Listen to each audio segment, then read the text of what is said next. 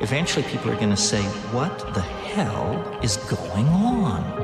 No matter how far you go into the dark, when you flip, you go exactly the same place to the light in our galaxy. Everything. Because everything is in balance. Everything is a polarity. I think it's just going to get weirder and weirder and weirder, and finally it's going to be so weird that people are going to have to talk about how weird it is. What the hell is going on, everyone? Welcome. This wasn't meant to happen. We weren't meant to be here, but we are. I guess I'll put out a quick apology to anyone who is in our Discord, who I pinged earlier today and said that I would be live on the Sean Atwood YouTube channel right now. Some of you guys were in the chat waiting, and you messaged me saying the stream says it said it was going to start in 30 minutes, and now it says it's going to start in 24 days. Now, I hadn't heard anything about that, so I just assumed it was maybe an error. And so I was just sitting there waiting for the stream to start, and thought, surely you don't let people know that you have changed the date by just changing the title of the YouTube stream and not actually contacting them. But then it got to like a minute to go, so I emailed the booking agent and I just said, just checking, because you wouldn't do that, so I'm just checking. And it turns out the host forgot that he was sick, and he remembered 5 minutes after the show was meant to start. Now, look, we all forget that we're sick sometimes, so it's okay. It's okay. It happens to the best of us. Okay, it happens to the best of us. My time's not important, so who fucking cares? My time isn't important, so who cares? So look, I obviously had blocked out time to do that, and it's not happening now. So why not go live here? Now, I didn't have anything planned because I wasn't expecting to do this, but I have been saying since I saw it the other day, and I've spoken to a few of you guys. Rainbow Orchestra says clickbait title. Hey, bro, take a deep breath. The show hasn't even started yet. We're not going live to talk about me getting stood up on a podcast, bro. That's not what the show is about. I'm just introducing myself. Please get yourself a tap water, take a seat, join the class. We are going to be watching Professor Zhang and one of his recent videos, which is about the US and Iran war. It's obviously quite topical right now. And, a lot of this kind of kicked off really when I was traveling, sort of going between Bali and Vietnam. And we're here now, we're settled in. So I do want the time to kind of catch up on some of the things that have developed. And I think this, I was going to maybe clip it up and put it into a show with a bunch of other things, but obviously I didn't know we were doing the show. And so it's not clipped up. It's just going to be a watch along. So we're going to watch along this show from Professor Zhang, and we'll talk about it as we go. And then I think on Sunday, when we do our traditional Sunday gathering, it will be more of a clips show, and we'll kind of pull in a few things and look at some of the craziness that's been going on lately, like a U.S. Marine getting his arm broken. A U.S. Marine getting his arm broken by U.S. citizens for saying, I don't want to go and die for another country. How dare he? How dare he say he doesn't want to die for another country? That's crazy, bro. And what's even crazier is that there are people on X going, congratulations to the people that removed this unhinged hooligan out of the Senate. What an unhinged psychopath for saying he doesn't want his children to die for Israel. You're a real piece of work for that. Prison Mike, thank you for gifting a membership, sir. He says coincidence number 5,486. Thank you very much, bro. Rose says, time to go pick up dog shit. What a wonderful way to start my Friday. Rose, you always drop in letting us know that you are out and about picking up dog shit, and it never ceases to shock me when I read it or make me laugh. Bring this out to people. But thank you, bro, for the support, and I hope it goes well. Rambro, celebrating 8 months, says the universe has an odd way of presenting opportunities. Happy we could come together, Captain. Much love, brother. Big love to all the weirdos too. And he's gifted a membership. My man. Thank you, Rambro. And I agree, bro. I agree. One door closes and another one opens. And Pim Slickens, with the best name on YouTube, says, who else knows the best song ever? End of Days by Vinnie Paz. Not me, but there you go. I'm sure someone else does in the chat. All right, let's jump over here.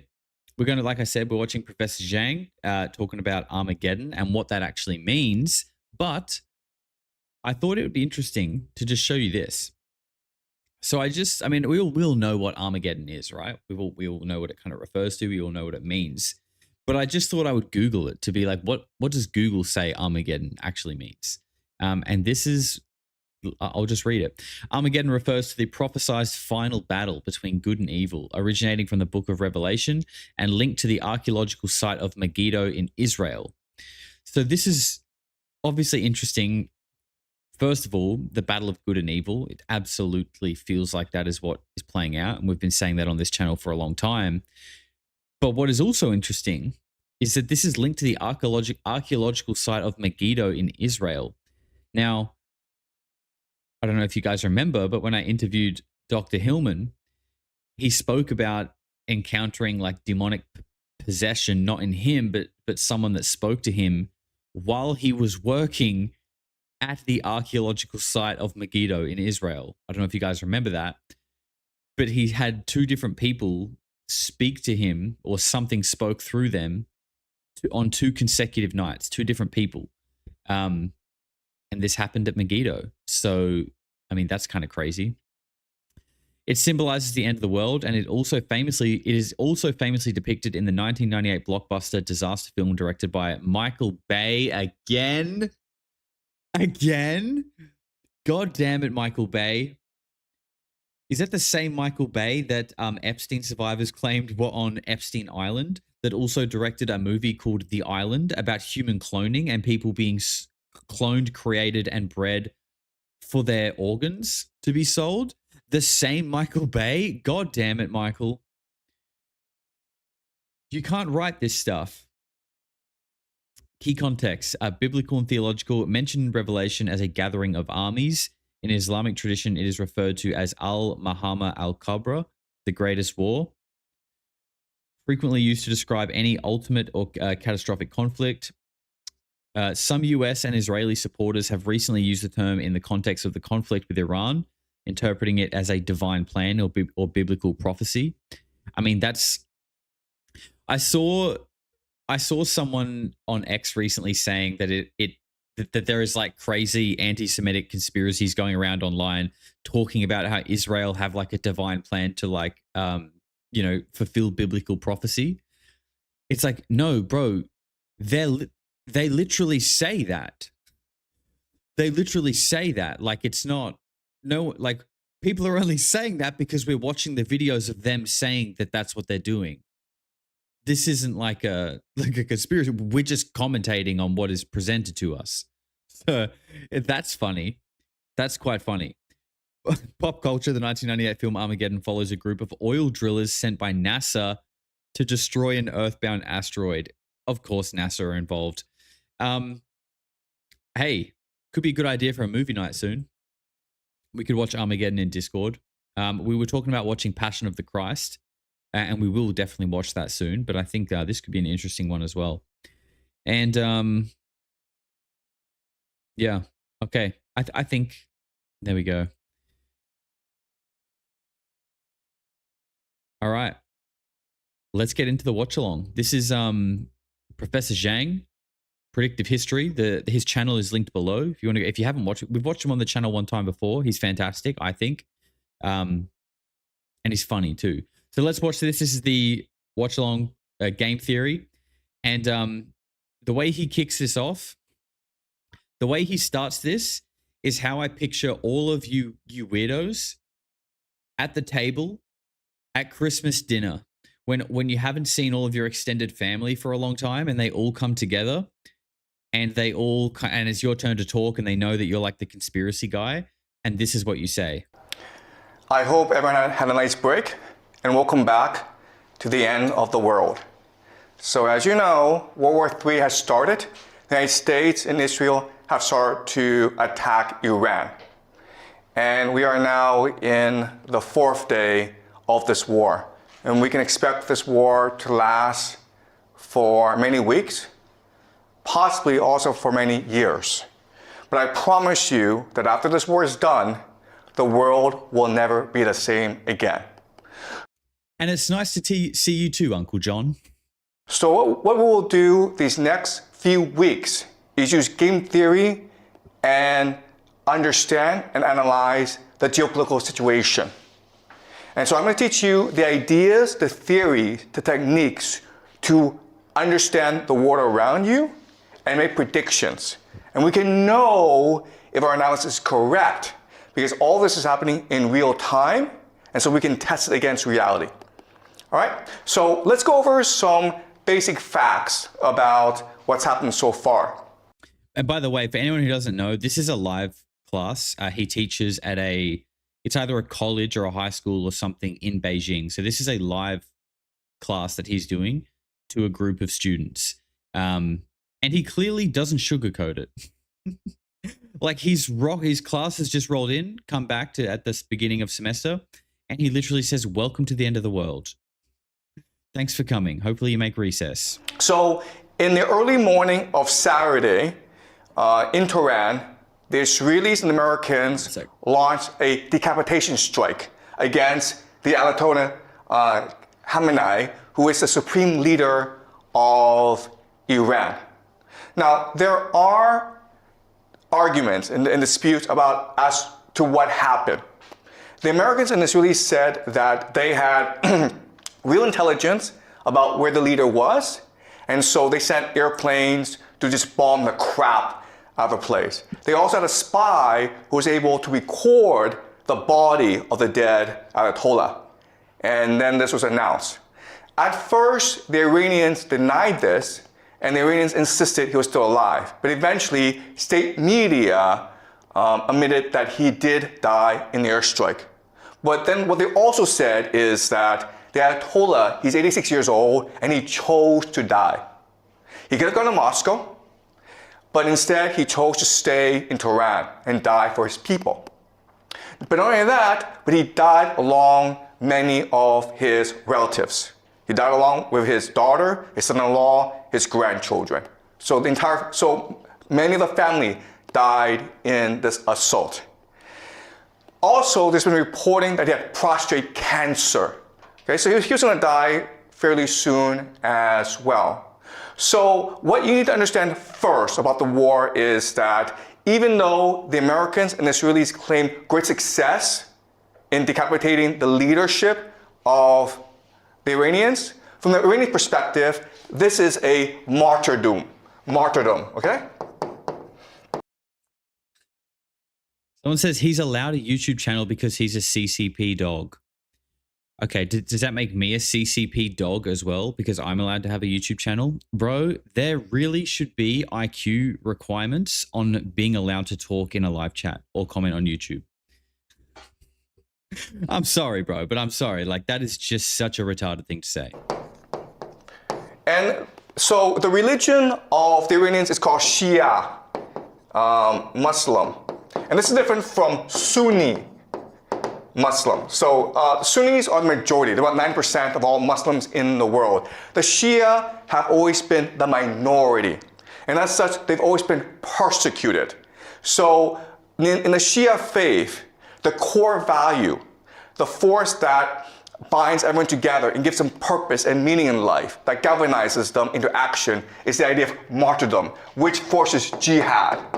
To sacrifice yourself for your religion, sacrifice yourself for the common good. So think of the death of Khamenei as a sacrifice, a self-sacrifice, in order to motivate the Iranians in this war, okay? So that's the first thing you need to understand. That for the Iranians, this is not a geopolitical war. This is not an economic war. This is not a war of resistance. This is a jihad. Okay? It's a war against the great Satan to avenge their leader. They will fight to the death. All right? That's number one. Number two is this. Also that morning, when the Ayatollah was killed, the Israelis struck a school in the south of Tehran, killing about 150 school children. These are girls in primary school. And again, there's a lot of debate and argument as to what happened. The Israelis said that, first of all, the school was next to a military base. We were targeting the military base. And second of all, it wasn't us which struck the school. It was a air defense missile that went off course. Okay? By the way, and with this, we obviously struck Iran first. And when I say we, I'm just talking about the West, Israel basically, but through proxy of other countries as well. We struck first, right? And our basis of doing that was it is a preemptive strike. Like they say it's just like, oh, it's a preemptive strike because like we knew like they were going to hit us, and they're about 5 minutes away from getting a nuclear weapon too. They've been 5 minutes away for the last 30 years. Just can't seem to get over the line for some reason. What's funny though is like, imagine going into court and like, imagine getting into a street fight. Imagine just knocking some dude out on the street and then going into court and be like, hey man, it was preemptive. He looked at me weird and I got this feeling that he was going to attack me. So it was just a preemptive strike for my own safety. I'm just going to go around preemptive striking everybody now because apparently that's okay. You can do that. You can do that. And the Iranians insisted no. The Israelis purposefully attacked the school to kill the school children. And then you're like, why would the Israelis do that? But then these few years, well, we've seen what they've done in Gaza, in Palestine to the Palestinians. And it's pretty consistent what the Israelis have been doing. All right? So this action against the Israelis, it's meant to show to themselves and the world that we are now all in. Okay? We've made the sacrifice. We are now committed to this war, to winning this war at all costs. And this action has also provoked the Iranian people to resist with their full might, okay? So I want you to keep this in mind. And again, we don't have complete evidence that it's the Israelis who did this, but given past actions from the Israelis, this is fairly consistent with what they've done, okay? So we can assume that this is something the Israelis did. Why they did this, what the purpose is something we will discuss as we move on, okay? It's very complicated. Next, I want to show you this. This is Dubai. And Dubai is considered one of the wealthiest, safest cities in the world.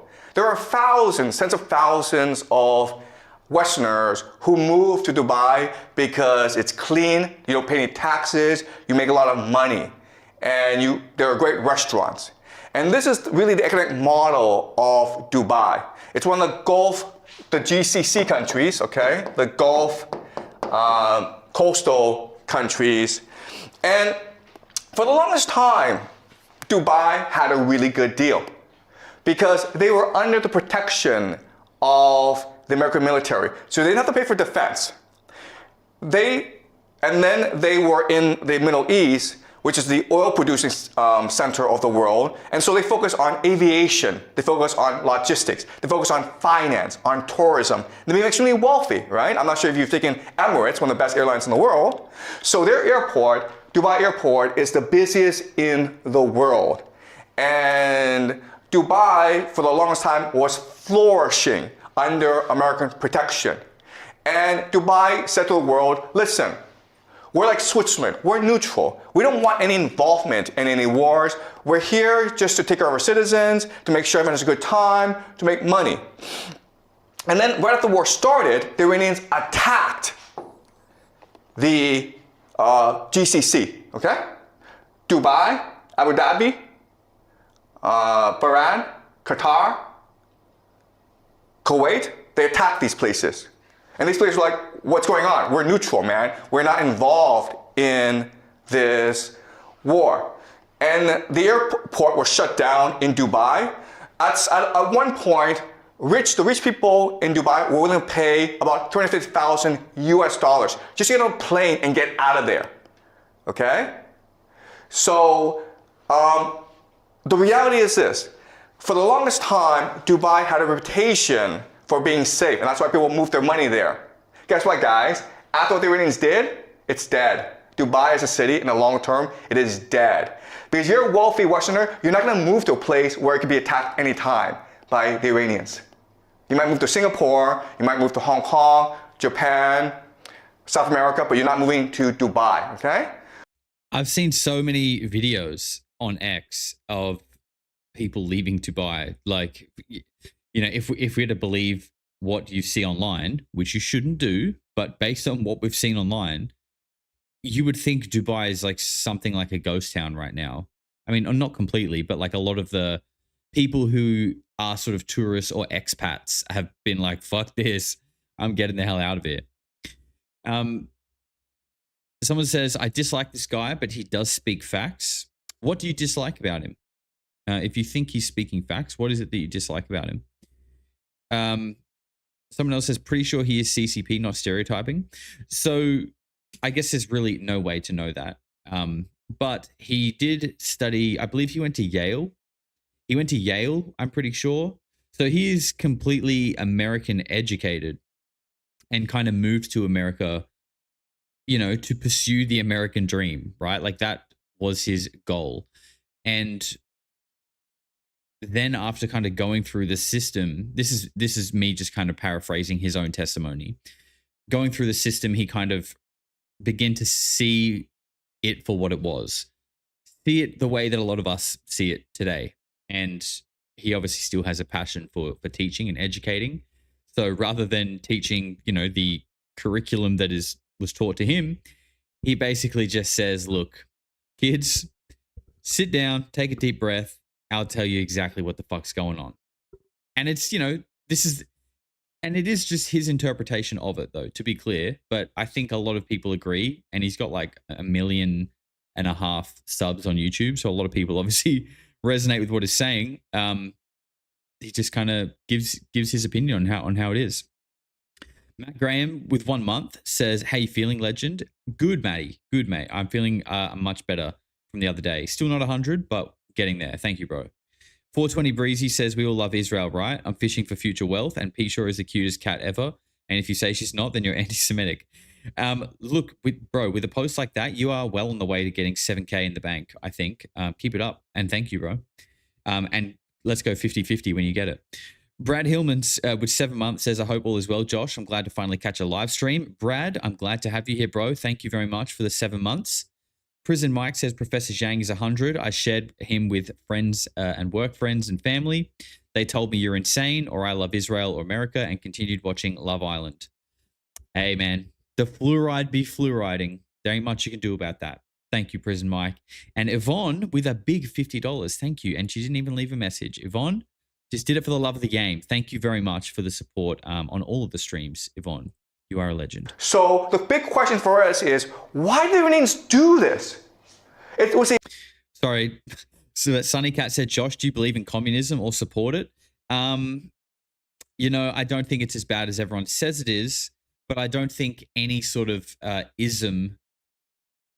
I don't think any, you know, nothing is going to be perfect, but I definitely don't think it's as bad as it's made out to be.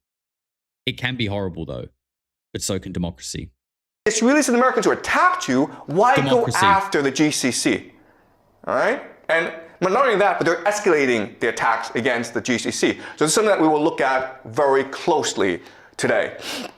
Well, the short answer is because these places, even though they pretend to be neutral, they house the American military. They allow the Israelis and the Americans to use their airspace to attack Iran from. All right? So this is Bahrain. Now, Bahrain is interesting, okay? Because I want you guys to remember this. But Bahrain... Blame says, "Leave me out of this engineered religious prophecy crap." The good news is I don't have to leave you out. You can just leave yourself. There is an X button that will remove you, and you'll be safe from ideas that contradict your own. I know it's scary out there, but there is a way out. You don't need to announce it. This is not an airport. Bahrain will probably be one of the major centers of this conflict. Because, first of all, this is the American Fifth Fleet. All right? This is their naval base in the Middle East. And as you can see, the Iranians are attacking it with missiles. And it's being blown up. Bahrain is interesting because it has about 50% or even more, okay, Shia, which is the religion of the Iranians. But the people in charge are the Sunnis. And so what makes this strike really important from our perspective is, first of all, not only are the Iranians attacking US military assets, not only are they destroying the economies of the GCC, but they're also trying to ignite a religious war. Yes, they are, and I think that's very clear.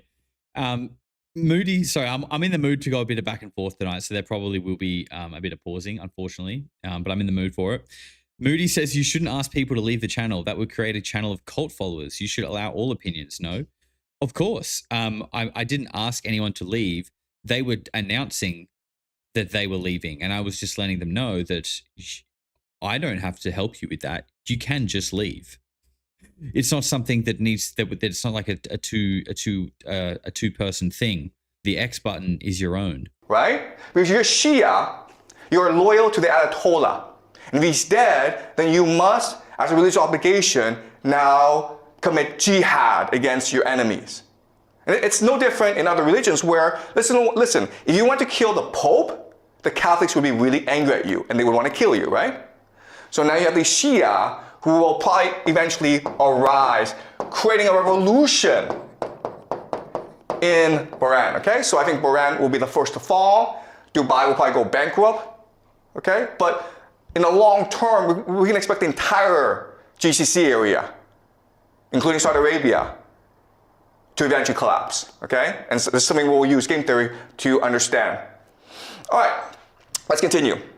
So we will know how this war develops just based on geography, okay? So this is a map. And this map, even if you don't really know the war, even if you don't know the participants, even if you don't know the weaponry, this map will tell you exactly how this war will progress.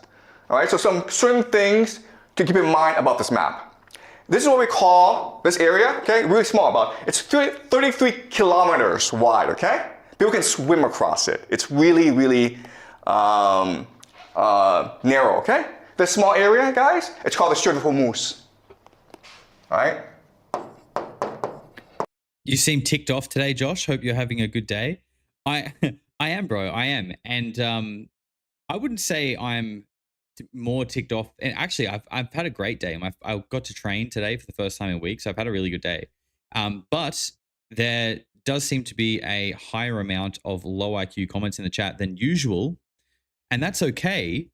But when people are if people want to say things to me that I feel like deserve a response and match their energy, then it's weird to me when they get upset about that. I've used this analogy before. It's like walking into someone's house and being like, your house fucking sucks. The paint on the walls are shit. This place stinks. It smells in here. And then when I say, okay, get the fuck out of my house then people are like, oh, how dare you? How dare you kick me out of your house? Like, bro, this isn't a fucking library or something. Like, it's not like I have to be nice to you. Do you know what I mean? I mean, I'll match your energy. I'll match your energy. And most people are nice, and that's why I'm nice back. But if you're going to be a dick, I'm not just going to pretend that oh, I can't say that. I don't care, dude. It's my YouTube channel. It's not a library. You know what I'm saying? And it's important because it's really the center of the world. This one area is the nexus, the pivot of the world. Let me explain why. First of all, from the GCC, you have 20% of all the world's oil flowing through this narrow strait. Where does it go, guys? It goes to Asia, India, Pakistan, South Korea, China, Japan. India depends on 60% of its oil from this area. China depends on 40%. Japan, 75%. Prime Minister Takaichi of Japan has said that, listen, if the Strait of Hormuz closes, we will run out of oil in about 8-9 months. The entire Japanese economy would collapse in 8-9 months. if the Strait of Hormuz were to close. And guess what? The Iranians have closed the Strait of Hormuz. Okay? So we can expect that the entire global economy will suffer greatly over the next few months. All right, so that's point number one. Point number two is, okay, so the GCC sends oil across the Strait of Hormuz, and what do they get back in return? Food, guys. All right, so people don't appreciate the GCC, but it is really the linchpin of the American empire. Because what is the American empire? The American empire is the petrodollar. All right? The idea of the petrodollar is this. The US dollar is worth nothing. It's only valuable if people want it. But the GCC says that if you want oil from us, you have to pay us in US dollars. Okay? Then that is the basis of the value of the US dollar. Yep. So, if the GCC collapses, the American economy and the American empire both collapse at the same time. The problem, though, is that GCC is an artificial construct of empire. It does not exist naturally. Why? Because there's no food, there's no oil, no water. Okay, guys? No food, no water. So these cities are able to grow up in the millions because of all these petrodollars flowing in. If you close off the Strait of Hormuz, there's no food coming in, right? They're all going to starve. How much food does the GCC get from overseas? 80%. 80% of all the food it consumes comes from overseas, that it imports. It does not grow by itself, it imports.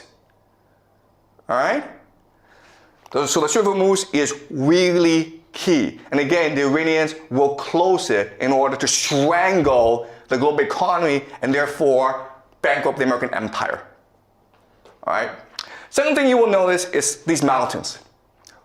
These mountains is what we call Iran. All right, this is Iran. This is GCC. Okay, this is not a fair matchup, right? Because these are mountains. And what can you do in mountains? Well, you can hide rocket bases. You can hide drone bases. You can hide missiles. And that's the entire Iranian offensive strategy. All right? From here, they can hide missiles and drones from which to attack the GCC. And what are they attacking? They're attacking three things, right? They're attacking American military bases. American military bases. That's number one. Okay? Is it possible for the Americans to defend against these attacks? The answer is no. They're not, it's not. It's the silliest thing in the world. You have all these bases in the Middle East, but you cannot defend them against the Iranians. That's kind of strange. Okay, but that's number one. Number two is oil and energy. How hard is it to blow up an oil field with a drone? Not hard at all. Can you defend these oil fields? No, you cannot. All right? Number three, and this is most important, is water. Okay? You guys don't know this, but the GCC has little access to fresh water. So the only way that it can produce water is what we call desalination plants, okay? These factories that take salt water and then through an electrochemical process turn it into fresh water for the population to use. 60% of the water supply in the GCC comes from desalination plants, okay? 60%. Is it hard to blow up a desalination plant using a drone? The answer is, it's very easy. You understand? Okay? So you have this absurd situation where Iran is a mountain fortress where it can hide its offensive capacity, and the GCC, it's just this desert, this flat desert, and it is exposed to attack, and there's nothing it can do about it. Okay? So at any point in this war, the Iranians can choose to just destroy the entire GCC, and there's nothing that anyone can do about it. Okay. You hear that, kids? You hear that? Group of 17-year-olds suddenly coming to the realization that you were born at the literal worst time possible. Everyone clear? Got it? The world's ending? Amazing. You guys are crazy tonight, by the way. This chat is actually crazy. Not necessarily the amount of people talking, although there is a lot, but the shit that some of you guys are saying. Wow, we've got all kinds in here today, and you're all welcome. You're all welcome. Just play nicely. But Iran also has a weakness, okay? And this is fundamental. So Iran also has a water problem, okay? So for the longest time, they suffered a drought issue. Okay, just climate change. And so what the plan of the Israelis and Americans is destroy the water supply of the Iranians. Because the fortress, it is a mountain fortress, but it can also be a mountain prison as well, where people are trapped inside with no access to water. Okay, so what we're going to see right now, we're already seeing attacks on civilian infrastructure, hospitals. In the future, you'll see attacks on water supply, on dams, on reservoirs, on power plants. The point, the idea is to make Iran so inhabitable that the people will have to rebel against the people, or there'll be a refugee crisis in Iran. Okay? So as you can see from this map, this war, it is the end of the world. Okay? Both sides have the potential to destroy each other. And it's really a question of how far do they want to go. All right? We can also say this is almost a game of chicken. Okay? We can blow each other up. How far do you want to go? And the problem is this. The problem is that the Iranians are Shia, which believes in martyrdom. And you've killed the religious leader, the Ayatollah Khamenei. So they're willing to go very, very far. The GCC countries are Muslim, but they're materialistic. They love money. And also, most of the population are expatriates, foreigners. 90% of Dubai are foreigners. Guess what's going to happen if they suffer? They're all going to run away. Okay? So this is not a fair matchup. The big question that people have is, first of all, are the Americans going to use ground troops? Because the only way that you can defeat Iran is by using ground troops, okay? That's a big question we'll look at in the next few weeks. Will America send its army, 500,000, 2 million soldiers to topple the government? Okay, that's question number one. Question number two. Does it actually seem like that, by the way? Like to my free folk over in the land of the free, what is the general consensus over there right now? Like, does it seem like men are getting ready to actually go boots on the ground over there? Like, is that kind of happening, or has it already happened? And I mean, yeah, I mean, we already spoke about it, but what was his name? Brian McGinnis, U.S. Marine, got his arm broken. And from my understanding, he's an active Marine. Like it's not like a veteran. He still is a Marine. He's still enlisted. And he basically said, we don't want to go die for Israel. And they basically treated him like he was in the middle of the Senate screaming, Allahu Akbar. Like, they didn't even, try to escort him gently. They like ran up to him, grabbed him, and ripped him out of there, like saying, we don't want to die for Israel is like it's like a terrorist attack. He's a terrorist. Bro.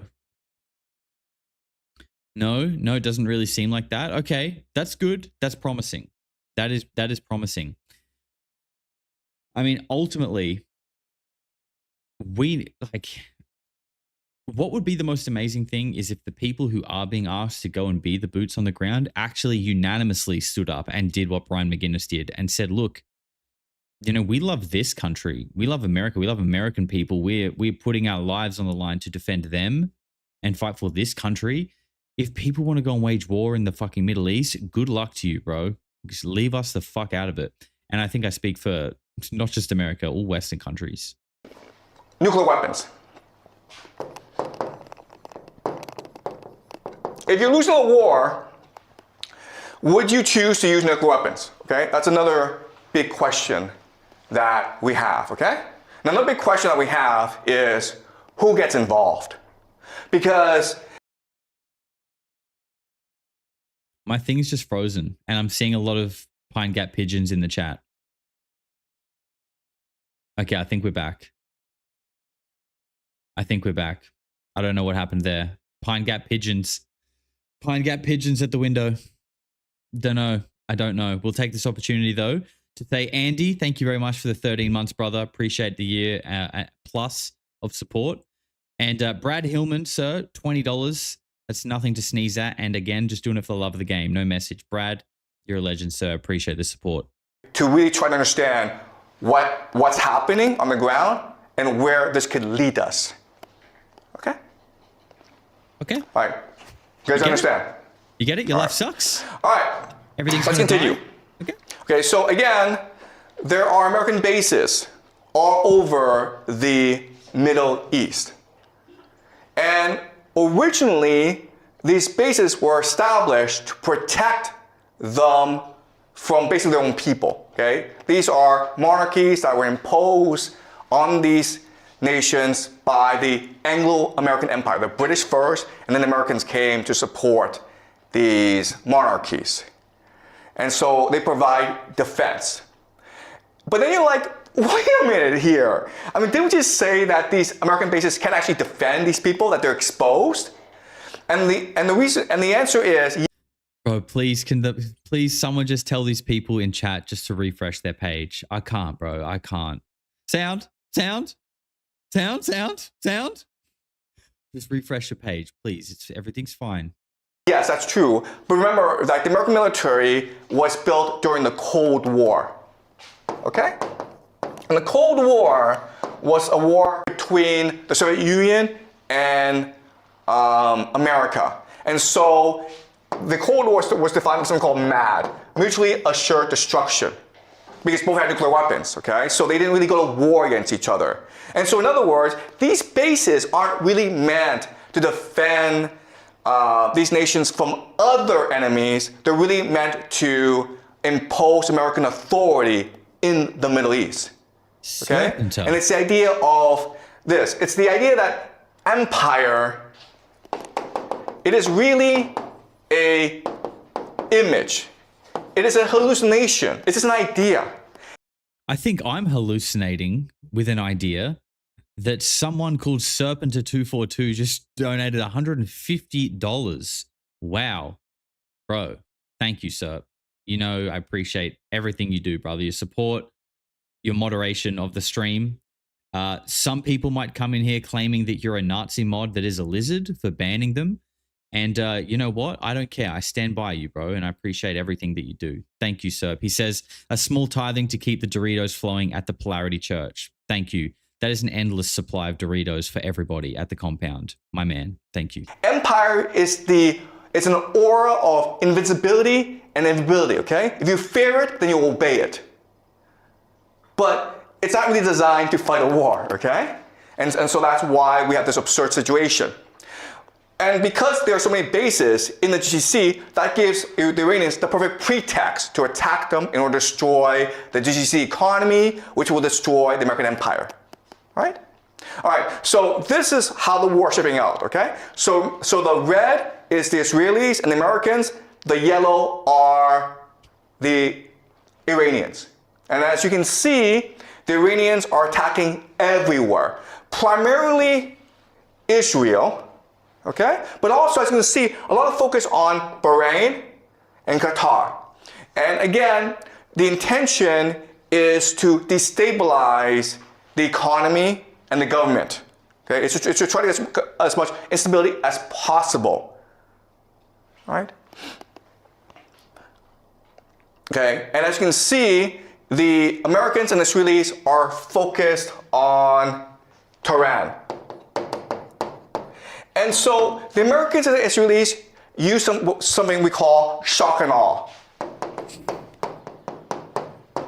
And the very idea of shock and awe is you decapitate the enemy. You cut off the head, the body will fall down, okay? The problem, though, is, again, the Iranians see this as a religious war. Yes, and so the Iranians have announced total war. Okay? And so what this means is that right now, command and control in Iran is decentralized. Use this as a military doctrine. Is he cooking or is he cooked? I just got here. You know what? I think that's probably worth... oh no, I'm seeing a lot of pine gap pigeons. Not good. Not good. Don't know what's going on with that. Because it looks good on my end. It looks good on my end. You know what? While that's happening, we're good. Okay, some people are saying we're good. While that's unfolding, I'm going to put up a poll. Okay, because some people don't like Professor Zhang. I don't know why, but well, I think I do know why. But let's put the poll up. What do you think of Professor Zhang? He's cooking or he's cooked? Get in the chat. How do you feel? Let's keep going. Doctrine just means how you design your military for what purpose. And so even though the Americans seem like an invincible army, they are not equipped to fight a 21st century war against drones, against decentralization, against religious fanatics. Okay, they're just not. I think this is what upsets people a lot. And look, I don't know if he's right, by the way. You guys know me. I'm not going to devote myself to someone else's ideology or belief system. But I think Americans specifically are very proud people, which I love, by the way. Like, I think that's one of America's most endearing qualities. Like, I love your patriotism. I love it. I think every country should be patriotic and proud and you know, want their own country to succeed and do well. But I do wonder in some people, and I don't think being patriotic means this is always the case, but I think some people's patriotism causes them to be like unable to hear a conflicting opinion. So when people say, you know, maybe America isn't equipped to fight or win this war or whatever, that they are automatically just like CCP spy. Like they just like you can't have a conversation with these people. So I think this is where he rubs people up the wrong way. And I don't know if he's right or wrong, but I think some people can't hear this without getting upset. All right. But unfortunately, because of military doctrine, they're going to keep on attacking Tehran. Now, the great irony of all this is that the Iranians who would be most supportive of regime change, are actually in the cities because they are educated, they're progressive. The people who are most fundamentally against you, who will fight you to the death, are religious fanatics, the Shia militants living in the rural areas. Okay? Professor Zhang doesn't tell us the end results. Well, what his channel is about is the channel is called Predictive History, and his whole thing is studying the past to predict the future. So I don't think he's basically outlaying what he believes is going to happen and what the result is going to be based on what has happened in the past and what is happening right now. That is his whole sort of framework for delivering his classes, is sort of looking at what connects to the future, the present, and what the past, the present, and what the future might look like. All right, let's round off this poll. 79% of you guys think he's cooking. 21% think he's cooked. I think that's fair. I think that's a pretty fair poll. The thing is, I haven't heard many people who think that he's cooked give a good reason why, other than that he's a Chinese spy, dirty CCP dog, okay? Which, you know, aren't the most intellectual arguments as to why someone's theory is wrong. Kind of sounds like you're just getting a little bit emotional because you don't like what you're hearing. And that is generally the case a lot of the time on the internet, right? When people hear things they don't like, instead of, and not always, by the way, I get some great comments with counter arguments and counterpoints, which I love when they're put forward nicely in a constructive way. But sometimes people would just be like, this guy's a retard, but they don't explain why, which is a shame because I would like to understand what it is. So this is a really silly thing where you are actually destroying those who will most likely support you, and you're leaving alone those who are most likely to commit jihad against you. All right? Any questions so far, guys? Are you clear? All right. So another idea that I want you guys to understand is the idea of asymmetry. Asymmetry. All right. So what is asymmetry? Asymmetry means that the two sides are choosing to fight different wars using different techniques because one is much stronger than the other. Okay? Theory isn't truth. No, that's right. It's a theory. Very good. JG says, bro, he goes into occultism, child sacrifice, etc. My position, he's great. He's great, but he is an obvious Chinese asset. Simple. There you go. It's obvious. JG's got it all figured out. You should, bro, JG, you should do a predictive history, bro. Sounds like you got it covered for us. America is a great empire. It has unlimited resources. It has the USD.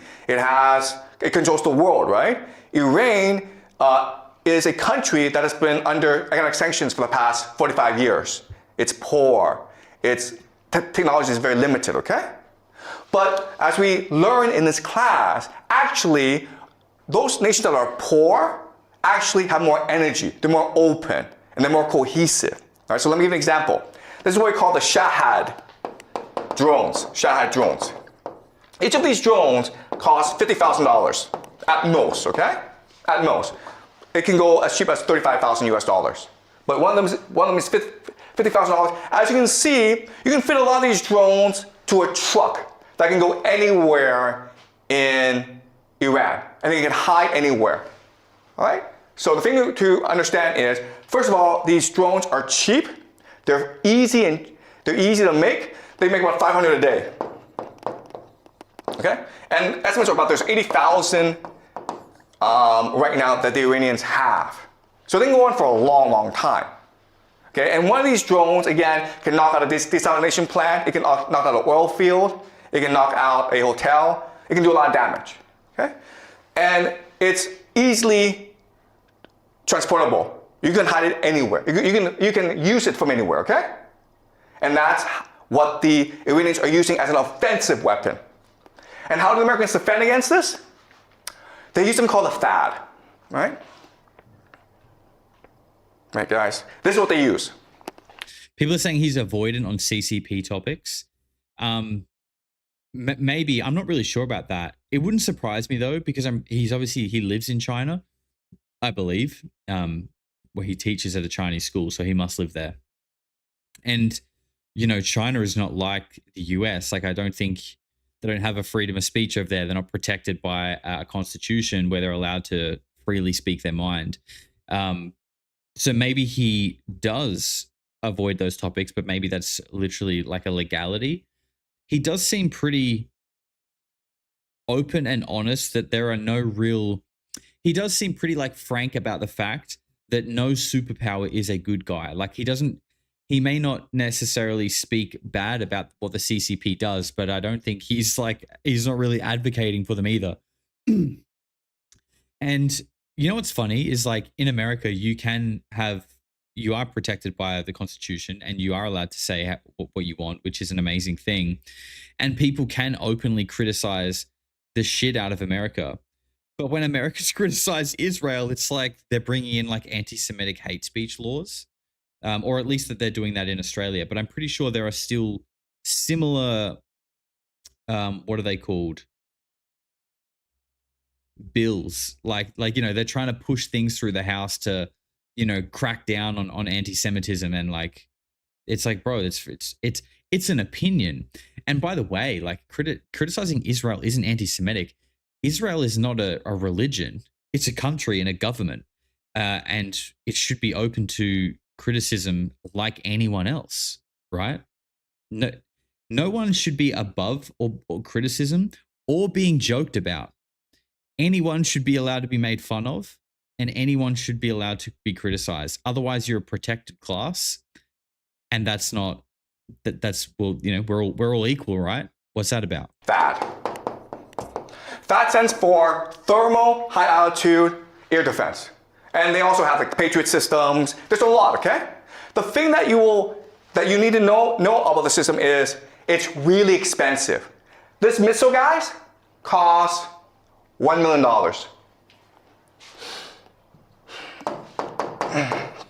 $1 million. So there's this $50,000 drone coming your way, and you throw a $1 million missile at it, okay? And often these missiles miss, so you have to throw 2 or 3 missiles at it, okay? That's so you're crazy. spending $2 to $3 million on each $50,000 that the Iranians spend. That's kind of silly. Second thing you'll notice is that this thing is really big and really slow. And therefore, you can't really move it around. Therefore, it's pretty easy for the Iranians to spot where this is and attack it. And then when these things blow up, that's a lot of money, guys. Okay? Okay. Then you're like, what? But this makes no sense. You know the Iranians have drones. They've had drones for like 10 years. You've also seen drones used in the Russia-Ukraine war to devastating effect. Why don't the Americans know this? Why did they prepare? Okay, and again, it has to do with military doctrine. Because military doctrine determines how you fight a war, it determines on your bureaucracy, and it determines how you spend your resources, okay?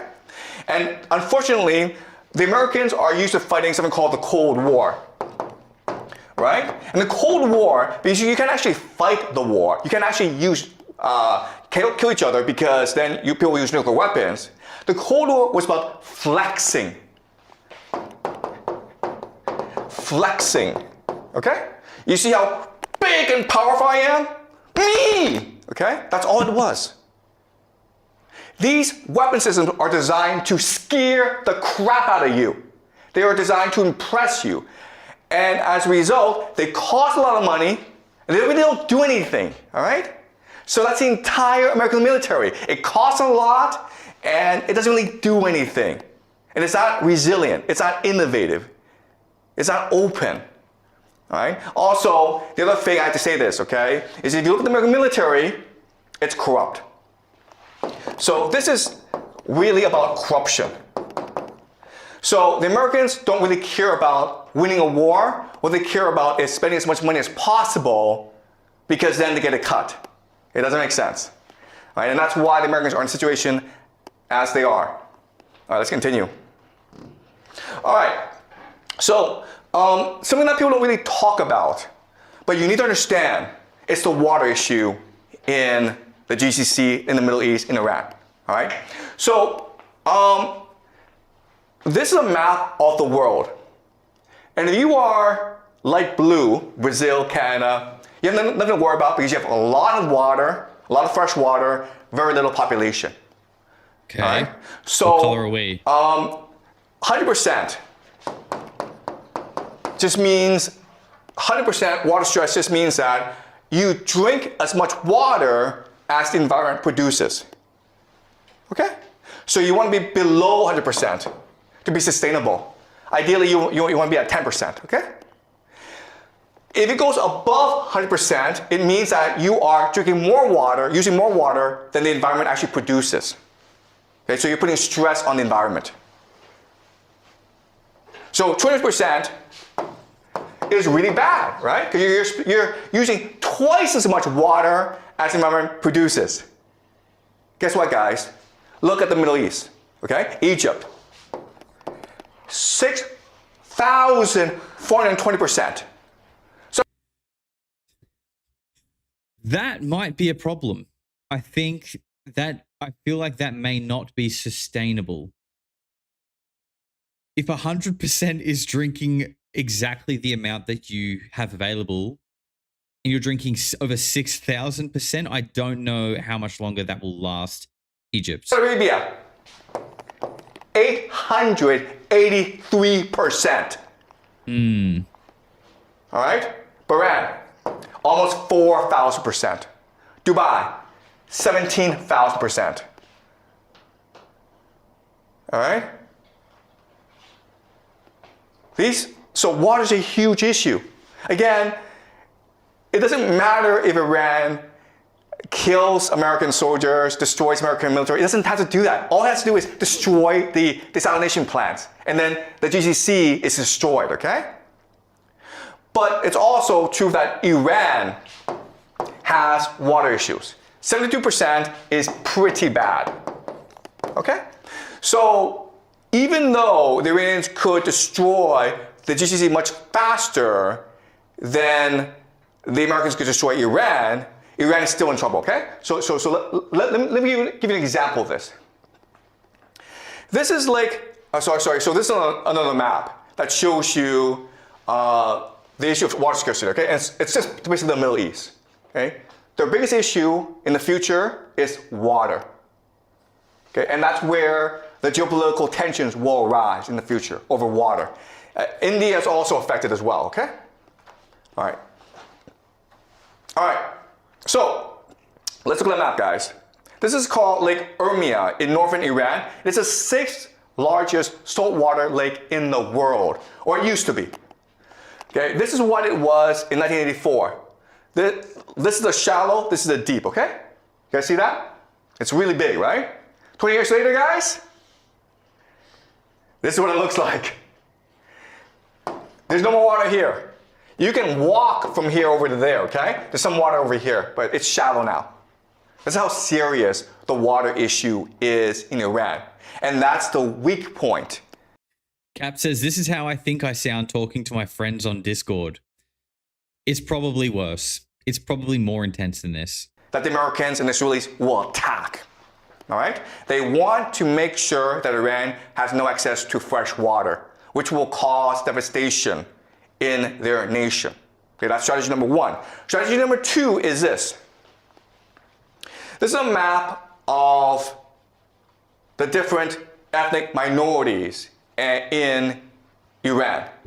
As you can see, it's a very diverse place. In the center are the Persians, but you also have 10 other groups as well. And in the borderlands, it's basically a different country, right?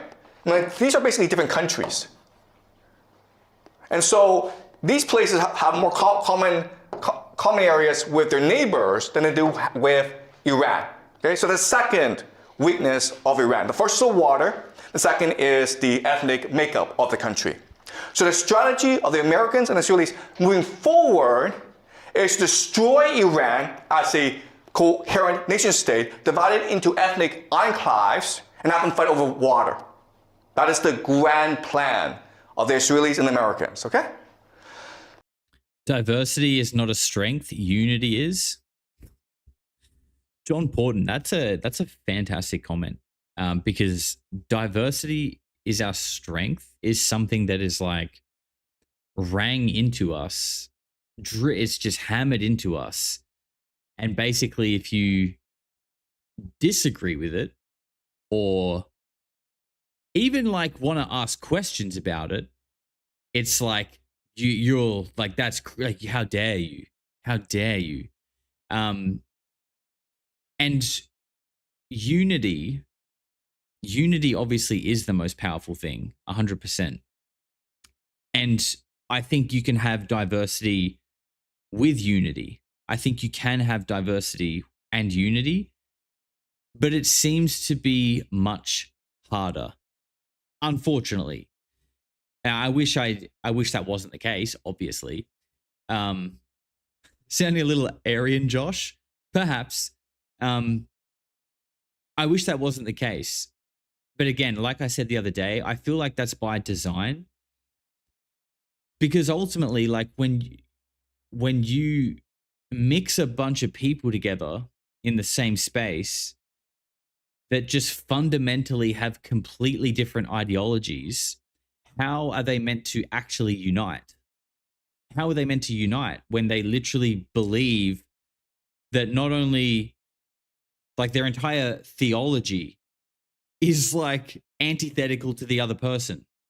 They think you believe in a false God and you are wrong, and God is the most important thing in the world. So like by design, these people are, you're creating division. You're ramming people together, telling them that this is your strength, but their ideologies are completely conflicting.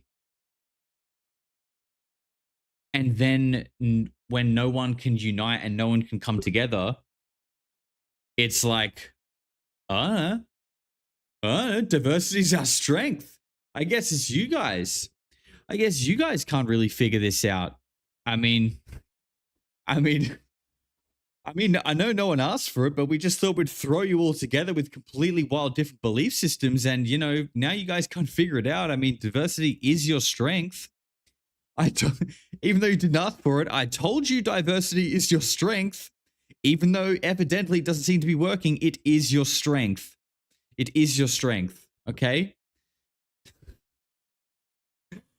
I'm not going to go too much further with that one. I'm going to get in trouble.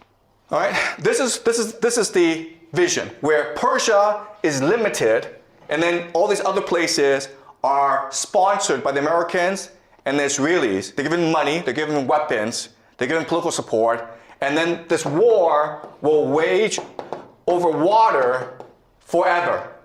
Okay? And this is how you destroy Iran and make sure Iran is no longer a viable threat to you. That is the plan of the Americans. Okay? As you can see, it's a pretty evil plan. And that's why they have not announced it. Right? Because if you announce it, you're like, why are you doing this? What did the Persians, what did the Iranians ever do to you to warrant you coming and destroying their civilization? And the answer is nothing. Right? So the Americans, Israelis will never admit they're doing this. But if you look at the map of water supply, of ethnic tensions, this is the optimal game theory strategy for them to use against Iran. Okay, does that make sense? This is a long-term plan that they have in place. Someone says, I feel so depressed that this abusive narcissist fake Zhang is getting attention. He is a bad guy. Bro, don't feel depressed. I promise you, it'll be okay. This is just a man on a screen with belief systems that are different to yours. And, you know, the world has like 8 billion people in it. So when we look at the probability of that, the chances of many of those people having different opinions to yours is extremely high. So when you realize that that's actually just the way that the world is, and that there will be lots of people who think radically different to you, and that's okay because there's nothing you can do about it, and you're not meant to do anything about it, by the way. You're not meant to try and fix that. So it's okay. You can just let it go. Don't let it depress you, bro. Professor Zhang's not going to hurt you. It's just words. It's just an opinion. And it's all moving towards this plan. But now the question then is, how can the Iranians respond to this? And the answer is this. This is a map of the Muslim world. Okay? So the light green are the Sunni people. Okay? That's 90% of the entire Muslim population, about 2 billion people. Okay? Then you have in dark green the Shia. So as you can see, the main place of the Shia is Iran. Okay? Iran is one of the few Shia nations in the world. But you can also see from this map that Shia are spread throughout the world. Okay? And so the first thing that the Iranians want to do is create a jihad to unite all the Shia against the American empire. All right? So what they want to do is create an uprising. And it's already happening, guys. The Shia in Pakistan stormed the American embassy in Pakistan, and the Americans killed a lot of people, okay? The Shia have attacked the American embassy in Iraq. I mean, I don't know if we should say the Americans killed a lot of people. I think the correct terminology is delivering democracy. Okay, let's be politically correct here. We didn't kill a whole bunch of innocent people. We gave them freedom and democracy. The American embassy are being attacked in a lot of places. Right? So the first strategy is to create a international global jihad of the Shia against the American empire. And it's already happening. It will continue for a long time because the Americans have killed the Khamenei. okay? And that requires vengeance. The other thing, though, is that it can unify the Muslim world, okay? If you look at this map, We freed them, Josh. Freed them from their bodies. Damn, that was actually a pretty grim joke, actually. That's pretty rough. I would redact that if I could. Redacted.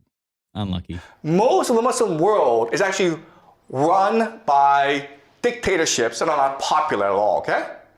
And they're allowed to exist because of the American Empire, right? You go to Saudi Arabia, Egypt, Algeria, these places, they're all run by clients of the American Empire, right? So if you rally the people who hate their governments and you overthrow them, then that makes Iran the leader of the Islamic world. Not just the Shia world, but the Islamic world. And this creates something called Pax Islamica. That is the end goal, guys. Okay? If you do that, then you don't have to worry about the Americans and the Israelis anymore. Right? So the Israeli game plan, the American game plan, is to fracture Iran into ethnic enclaves, and they'll fight over water for the rest of their lives, and they'll all die. The Iranian game plan is to create a religious war, a crusade, that unifies the Shia people, that overthrows the American Empire and establishes something called the Pax Islamica. Someone say crusade. All right? All right.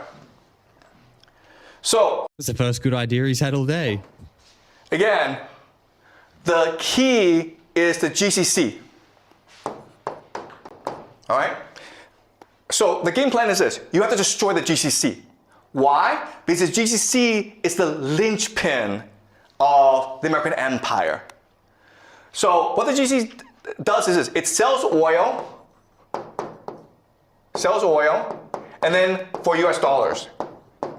Where does it put US dollars? It puts US dollars into the American stock market. All right, so this is investments of the UAE, okay, Saudi Arabia, and Kuwait into the US financial markets. As you can see, from 2012 up to today, it's been exploding. All right? Because the US financial markets is one of the safest places where you can put your money. The intention is this. The intention is, hey, if I cut off oil and these countries no longer have access to US dollars, they're forced to spend whatever resources they have on protecting themselves, okay? And then guess what happens? The stock market collapses. The stock market collapses. The stock market is the real growth engine of the US economy. The entire US economy collapses with it. All right? There are about maybe 7 companies in America that accounts for about a quarter of stock market growth, okay? These 7 companies, of course, are AI companies. NVIDIA, Microsoft, Google, Apple, okay? These are the companies, and then these companies are heavily invested in by the GCC nations. So if these nations are no longer able to invest in the stock market, these companies will collapse in value. And with that, that would lead to economic depression in America. Okay, does that make sense? All right, so that is the situation for today. Today was just an overview, guys, okay? I know we covered a lot. I know there's a lot to take in. Yeah. But over the next few weeks, we will explore each issue in depth and really understand what's really going on, okay? All right, so any questions, guys?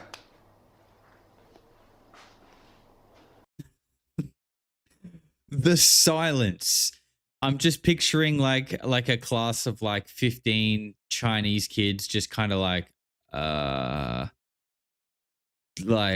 is there even any point in coming to school tomorrow? Any questions about what we've just learned? Okay. Oh, we've got one. If other countries such as Italy, France, China, or Russia, they have also joined this war, like, what's the cause of they join the war because of oil or those resources? Okay. That's a great question, okay? So I don't want to spend too much time on this question because we will explore this question as we move along, okay? So the question is, what brings the world into this conflict? And the easy answer is just oil access, energy access, okay? They need to protect their energy supplies. Because remember, it's a very complicated situation because Europe is now fighting Russia. So Europe is not buying any oil resources, energy resources from Russia. Therefore, it depends a lot on the GCC. So the GCC is not providing them energy, then the Europe will go bankrupt. Okay, so Europe needs to enter this war on behalf of the Americans. Okay, and then you have Russia, which cannot allow Iran to fall because if Iran falls, then they'll come after Russia next. All right? China is actually neutral. China's okay with either scenario. But that's just the way that the Chinese system is set up. Okay? So we're going to explore this question as we move along. But it's a very complicated issue. All right?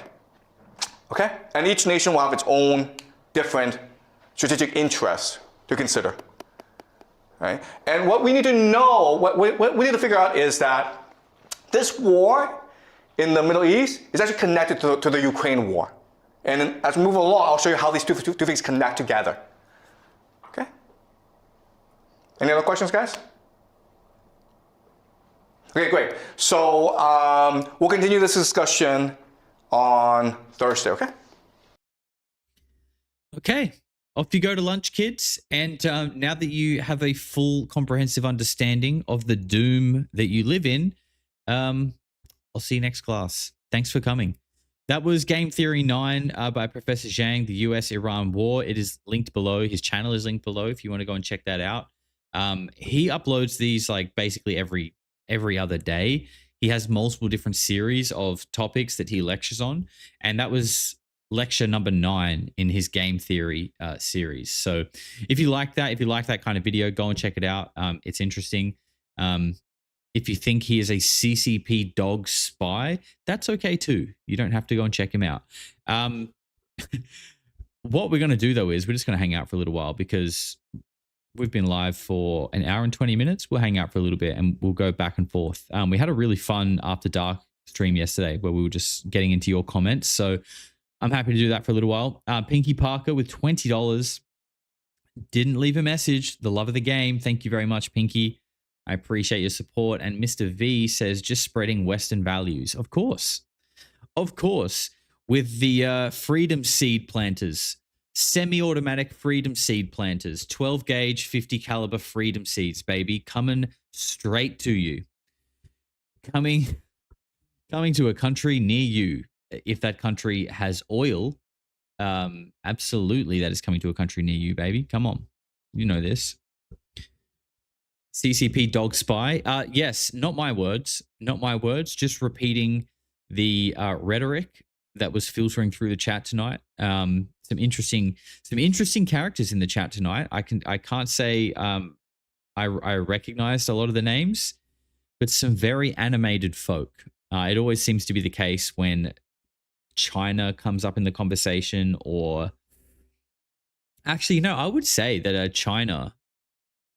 Not that we talk about China very often, but I think that's why I notice it, because the few times that I have spoken about China, you do get like some real brainlet people in the chat that just are having an aneurysm over the mere like suggestion or entertaining the idea that China may not be how it was portrayed in your mainstream media. Just a little bit.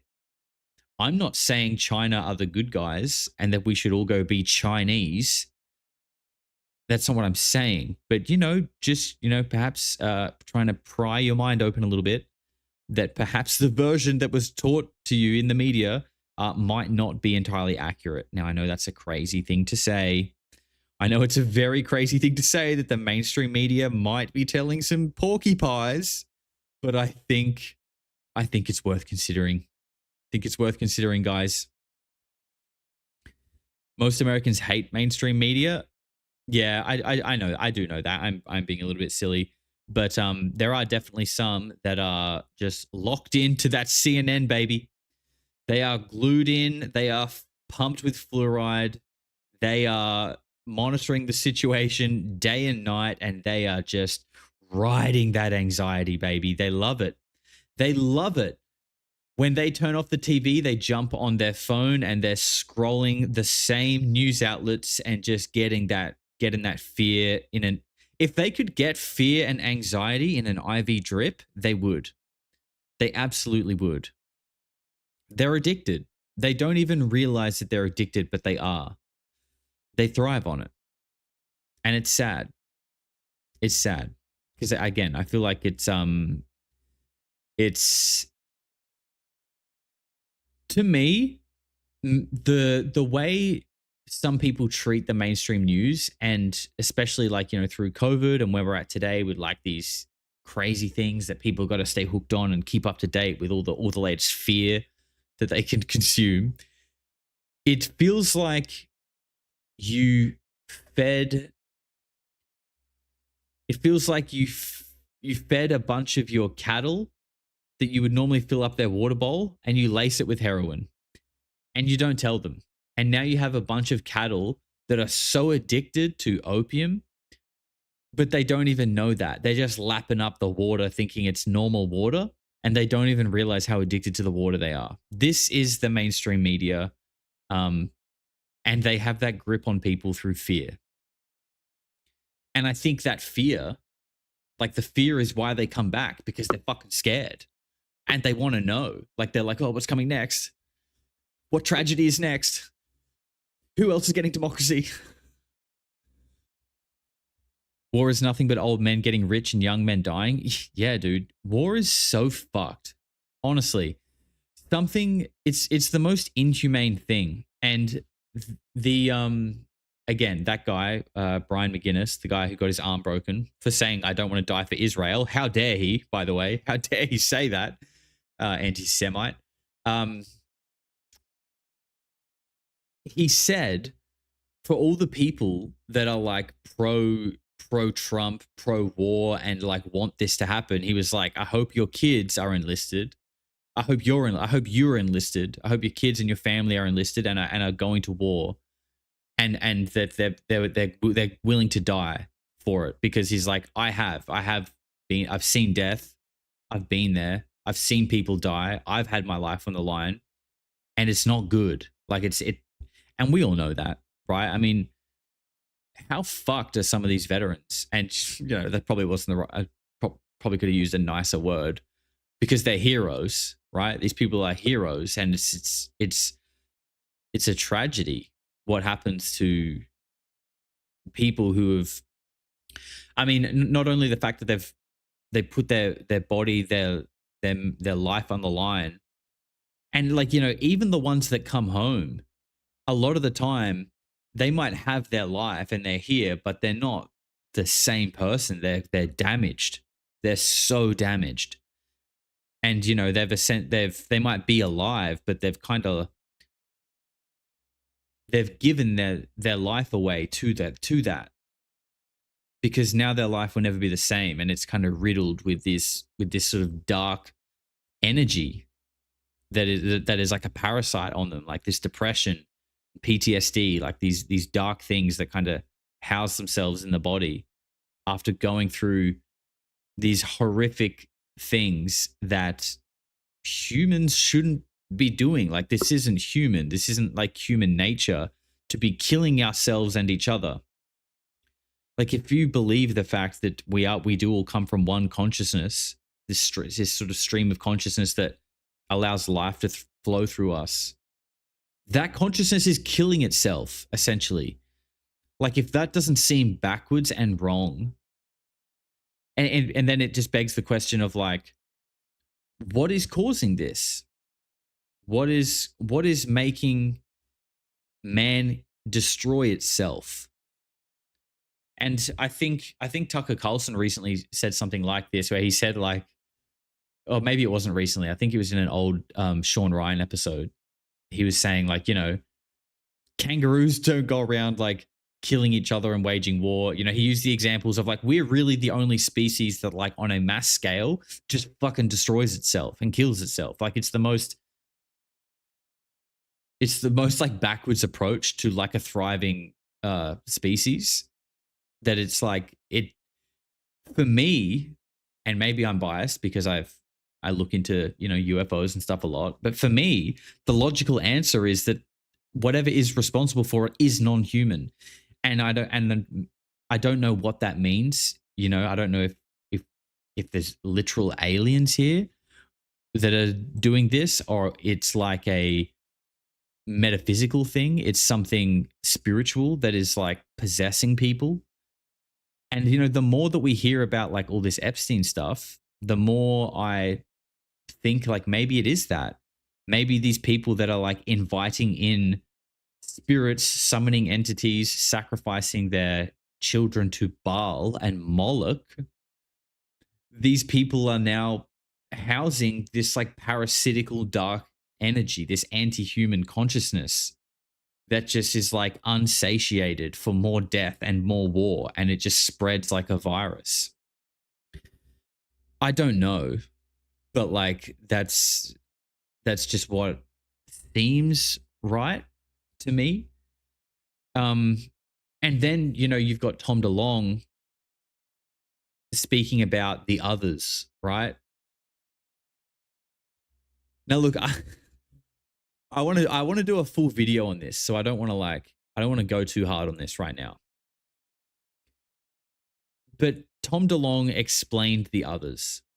He said that it's like a parasitic intelligence that is manipulating humanity, that is creating or has created false gods, and it kind of uses these religions to keep people divided and keep people at war with each other. And that this parasitic intelligence thrives on negative human emotion. Like it thrives on anxiety, fear, all these kind of things. And it's just kind of like, well, what do you guys think the others are? Or who do you think the others are? What acts in like a completely non-human way? Who acts in a completely non-human way? Who talks about humans like cattle? Do you understand what I'm going at with this?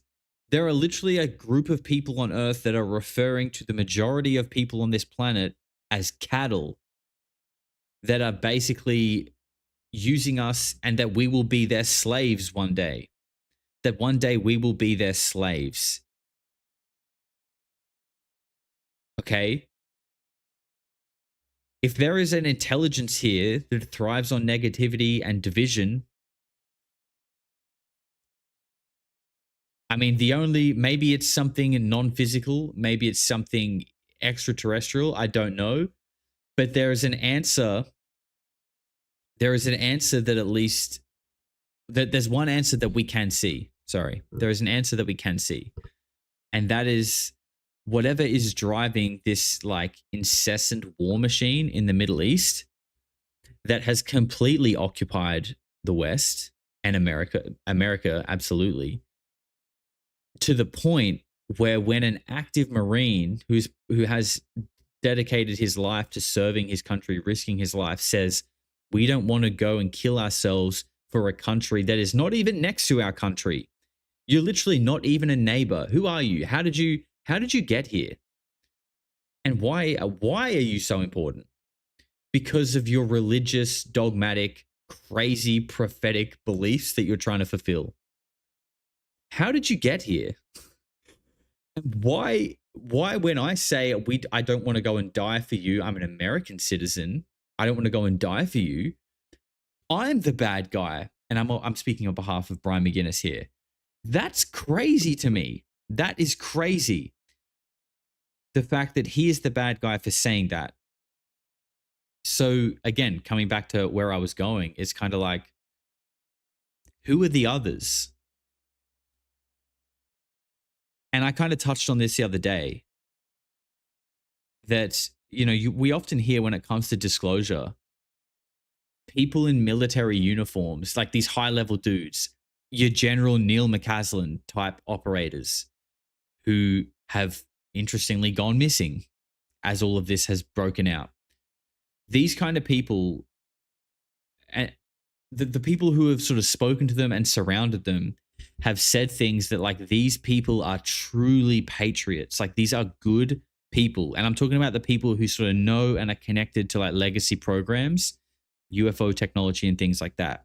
You know, people like Tom DeLonge and George Knapp and all like the people who have sort of been around them have said like these people are patriots. They're not like gatekeeping, like, oh yes, we get the free energy all to ourselves. Like it's not like that. But these people have made a conscious decision to go over the Congress. They believe that the Congress cannot be trusted. And at the same time, these people are the ultimate patriots. So again, you know, I don't know if I'm right, but like just looking at that logically and it becoming so glaringly obvious how occupied America is, and it's just at the will, just bends over backwards and forwards and spreads their cheeks for Israel. It makes me wonder if the people in these programs are so patriotic because they have eyes to see what the fuck is going on, and that they know that if the locations of these technologies, these programs, and the weapons that were coming out of it got in the hands of this foreign country that just loves war and loves gaslighting you into believing you need to go and support their war, then that would literally be catastrophic for the entire world, because we do have this technology that could be just like total annihilation in an instant. And the most patriotic move that you could do is to be like, we have to break away from the Congress because they are occupied. The country's been subverted. Constitution, it's all fucked. I'm not saying this is the case, guys, but this is just the conclusions that I draw when I look at this, and I might be wrong. And this is why I like to do live streams, by the way, because I feel like I'm constantly like evaluating it, and my mind is sort of, you know, often sort of changing as things unfold. So it's far easier to just come on here and speak my mind regularly rather than like spend ages trying to write a script and make a YouTube video. And then by the time I edit it, it's like, oh, now we've invaded Iran and everything has changed now. So that's why streaming is good, because we can just flesh this shit out in real time. But as always, you know, do your own thinking. Don't just listen to me. I'm literally just thinking out loud. Ra Clark says unity of humanity does not have to mean having to be a pod person with no individual cultural identity. Yeah, I agree with that. I do agree with that. I'm not sure if that's sort of in response to what I said earlier about like the whole diversity thing. If it is, even if it is or isn't, I'll sort of comment on that, because I feel like some people probably, you know, would have taken that in a way that I maybe didn't quite intend it. But I do agree with that, right? Again, like I said to that person earlier, I think living on this planet in harmony comes with a prerequisite of being okay with the fact that there are so many people here that the chance that you're not going to agree with some of them is extremely high. It's almost 100%. It is 100%. So if you live your life in this way of like, everyone must think my way and anyone who doesn't is the enemy, then that is just like, it's incompatible with a harmonious existence. You have to get used to the idea that other people won't think like you and be okay with that. It doesn't mean that they are a Nazi. It doesn't mean that they are a fascist, extremist, or whatever. Those things do exist, but anyone who doesn't agree with you isn't those things. So yes, I would agree. I think my point earlier was just kind of saying that in the chaotic world that we live in, shoving people, and like the fact that everyone's kind of already a little bit on edge, things are tough, things are tense, shoving all these people together that are all, you know, in the middle class and down, everyone's kind of fighting to survive day by day. Life isn't easy for most people. So when you're then, in that pot, in that boiling pot with people with like radically different ideologies and no one can get along and everyone's tense and everyone's angry, it makes the whole like unity thing very hard, I think. Like, and again, I wish it wasn't. I just, not you, Josh, the idea of fake unity. Okay. Yeah. I get you. I'm with you. KK Loco, gifted 5. KK Loco, thank you. That is a very generous little gift for the weirdos. I appreciate you. Loki's pen says it's not woo-woo, just literal psychos bred for that. Yeah. It does feel quite psychotic. It does feel quite psychotic in the Middle East, and it's just crazy that we have people in this world still to this day, a small group of generally quite crusty old men that are just sending off, like, that are okay with, like, imagine being the people who are like, right, we're going to go to war. This is what we're going to go do. I'm willing to take millions of all your children, okay, people of my country, people that I'm the leader of, all of your children, I have decided are going to go and potentially die for me and this country because I suck at conflict resolution, because I'm shit at not figuring out a way that doesn't involve blowing the fuck out of each other. Imagine being like, yep, I think this is what we'll do. I think I'll sacrifice all of your children because I can't figure out a better way. Bro, that's crazy in 2026. That is absolutely insane that people would do that and can sleep at night. I think it proves, and this is something that I really believe, the people at the top are so detached. And in a way, like, don't get me wrong, I think these people are just completely like ignorant psychos. But I do wonder if, like, I always say that humans, our scope and ability to perceive the world is so limited for a single person, right? Like, we can only take in so much information, and that's like, information about how the world is based on what people tell us, what we scroll in our phones or whatever, right? We can only see a certain distance around us, and we can only hear a certain distance around us. Our ability to perceive is limited.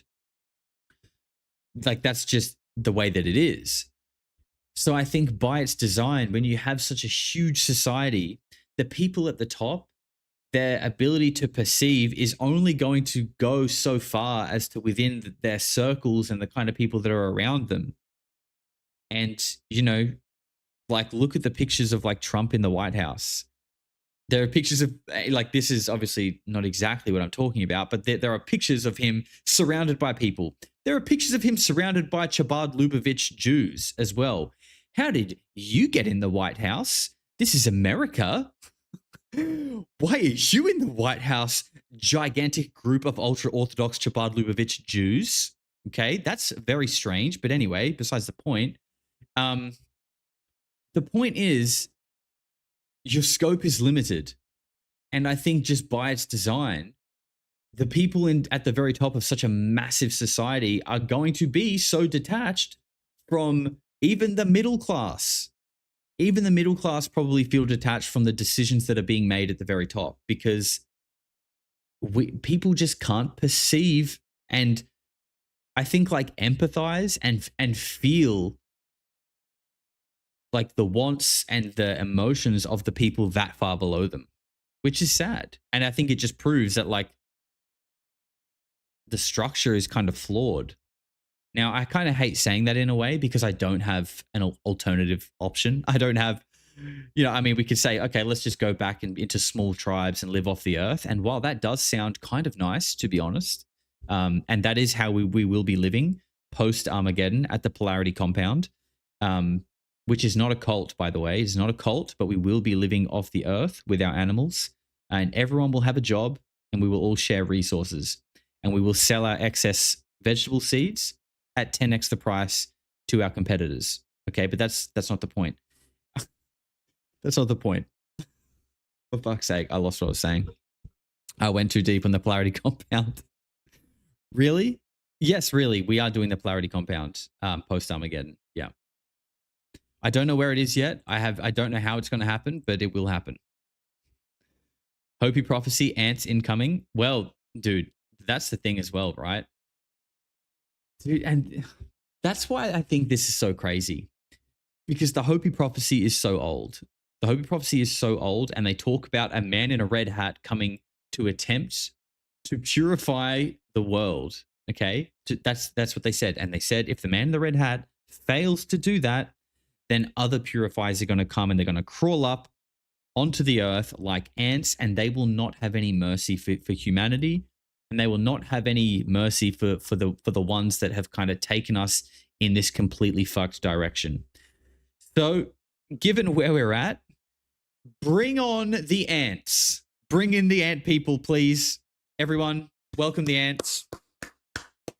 Ants, I just want to speak on behalf of the people of Polarity. I am fucking sorry for the way the world is and the way things are. If I had a chance, if I was in charge, if I was the supreme leader, it definitely wouldn't be this way. There would be IQ thresholds to be able to comment on YouTube videos. There would be applications to have children. I'm kidding. Okay, I'm kidding. I'm not trying to revive the Fourth Reich. But the world would certainly be different. The world would certainly be different. Absolutely. We wouldn't be, we wouldn't be breaking the arms of Marines who say they don't want to go and die for Israel. That's for sure. That is for sure. I, for one, welcome our Antian overlords. Me too, bro. I think it's time. Burn it down, baby. Start again. Hit the reset button. The save file is cooked. There's no turning back. We've accidentally overwritten our save game when we screwed the level up. Okay, so you can't go back to the save now because it's, the save file is cooked. You literally have to restart the game. But, that can be a good thing depending on your perspective. Can be a good thing to restart the game. Have a go at it again with new knowledge, a new perspective, and you go in smarter. You go in a little bit smarter this time. Definitely corrupted the save file. Yeah, I think so. It's time to start learning how to, you know what? You know who's going to be the hero post Armageddon? Do you guys know who's going to be the hero post Armageddon? And I'm here for it, by the way. And guys, and I know there are a lot in America. Guys, start getting friendly. Start getting very friendly with your local Amish community, okay? These people are completely self-sufficient. They do not use electricity. They live off their land, and they do it very easily and very happily. And they are generally seemingly happier people. Simpler people. And like I said the other day, I think simplicity comes with, it's like living a simple life creates a happy life as a byproduct, I think. That's probably a little bit of a generalization, but from my experience, simple people are generally happier because they're not over complicating their own life and then therefore their emotions, and they just kind of exist in the moment. I was going to save the world, but then I got high. Yeah. I was going to do a live stream, but then I forgot I was sick. When are Chris Bledsoe's orbs coming? Apparently now. Any moment. Any minute, by the sounds of things, if you're to listen to the Bledsoe's prophecy. Any minute now, they should be here. So if you guys could hurry up, that'd be fantastic. That would be fantastic. Volpes, Hyperborea. Hyperboreus says, love your channel. Thank you for having Chuck on. That was a great episode. P.S. Do you know where we can get his book? Thank you very much. And it was a pleasure having Chuck on. And I'd love to have him on again. I really like Chuck. He's a beautiful human being. His book, I would assume Amazon.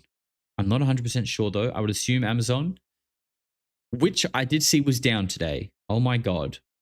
Wouldn't matter if you're Amish though, because you don't need it. There you go. The Amish are literally already putting points on the board, and we haven't even hit Armageddon yet. Scrumblebee says, hey Josh, I just won a grant for my graduate research and I wanted to send some love to spread the positivity. Your efforts into the esoteric inspire me every day, bro. Much love from Atlanta.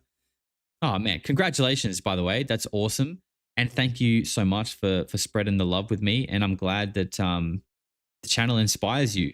That blows me away. Blows me away to know that this channel inspires people. I'm grateful for that. And, you know, I said the other day in a live stream that this channel, since I've been traveling, has kind of become more of like a live stream hangout place, which I'm not mad about. I love the interaction. I love doing this. But I'm really starting to feel the itch to kind of get back to being just like in one place, so I can just like lock in and really go back to some of the old videos as well, because I do love that stuff. Mystic Rose with $20 says, look into the idea of the current war being waged in order to rebuild Solomon's temple, the third temple, so Israel can take control. It is a theory. Check it out. Oh, Tamara, I know we didn't really cover that in this video, but yes, no, it is. Already looked into it. Already am very like that is what's happening. That is what I believe.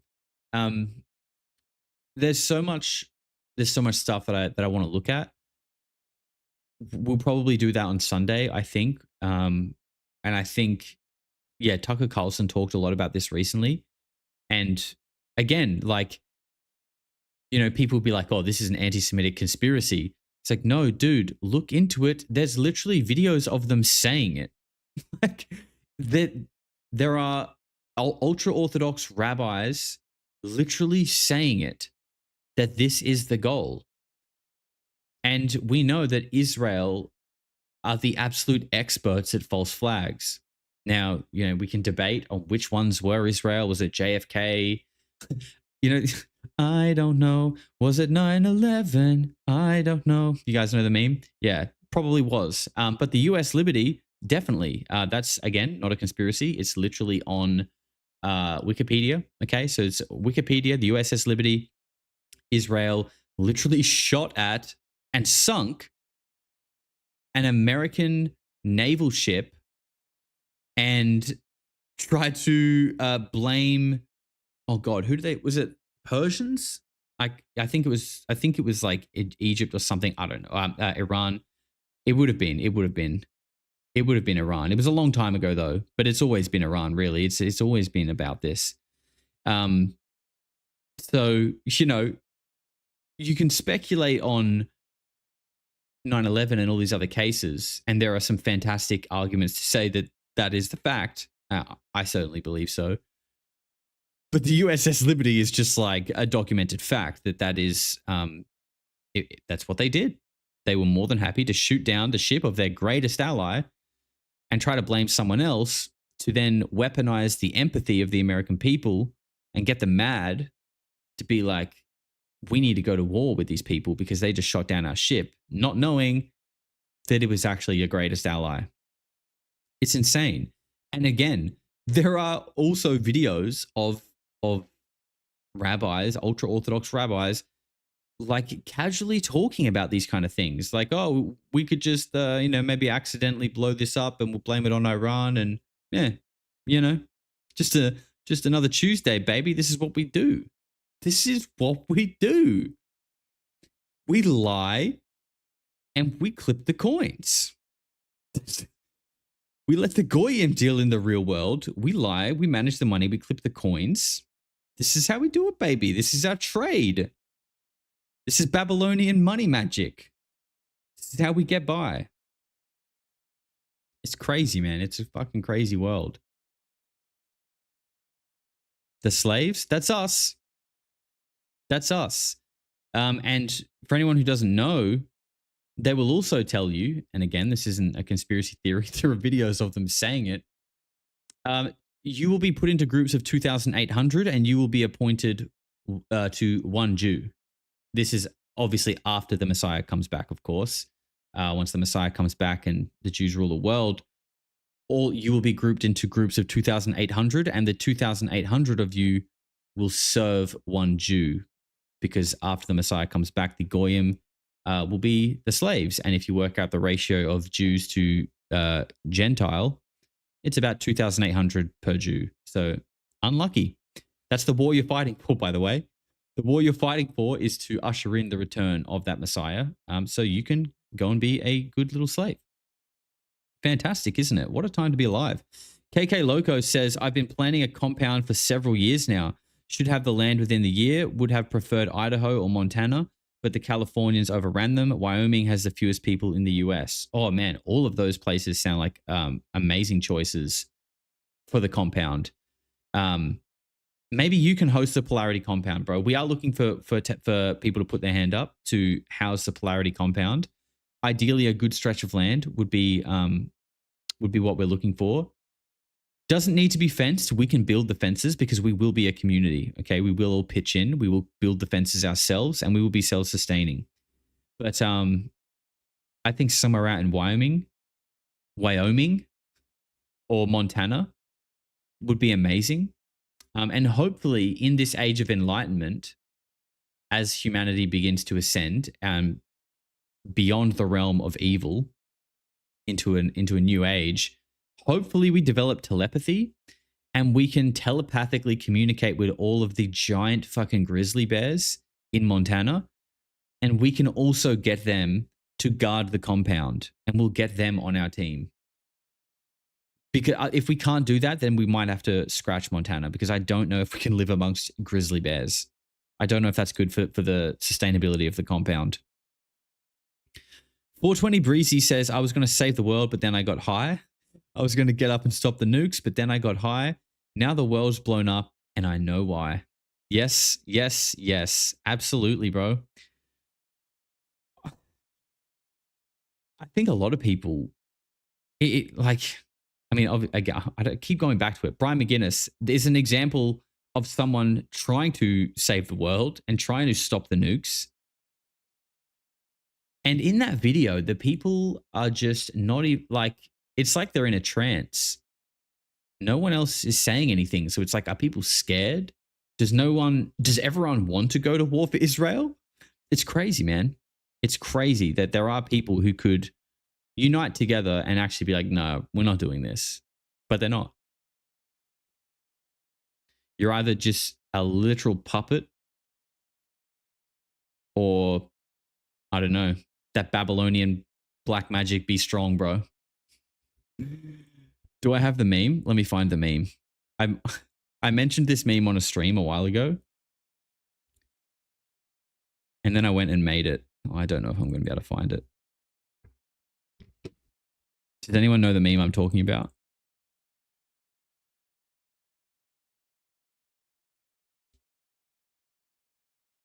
You can hear it snap. I know, dude. The videos so when I first watched the video, everyone was saying they broke his hand because his hand gets jammed in the door, which it does look like his hand probably does get broken. And it is horrible. But what that snap actually is, if you watch, it's this part of his arm, this part here, popping out from his elbow. And you see it happen. As you see that, because his elbow is wedged around the door and they're pulling on him, but his hand is trapped in the door too. So his arm's stuck, and they yank him to the point that this bone just goes. And you see it happen if you watch the video and watch the sleeve, when you hear that snap, you see his arm pop out of the elbow.